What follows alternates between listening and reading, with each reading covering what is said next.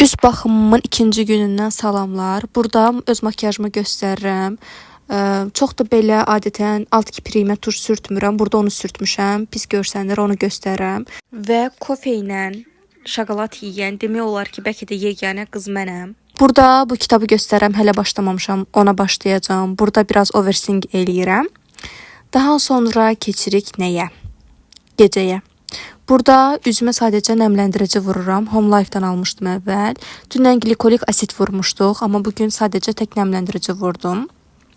Bu arada dünənki üz baxımı rutinində gün 1-də abunələr gəldi və mən ona görə hər zaman davam elətdirmək istəyirəm.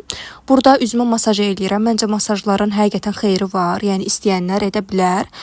Çox da ucuz bir şeydir. Yəni alıb istifadə edə bilərsiniz. Burada isə əlimlə burnuma masaj eləyirəm. Bir də ödəmin getməsi üçün çoxlu su için gün ərzində. Daha sonra dermarollerlə qaşıma masaj eləyirəm. Daha sonra isə badam yağını sürtürəm.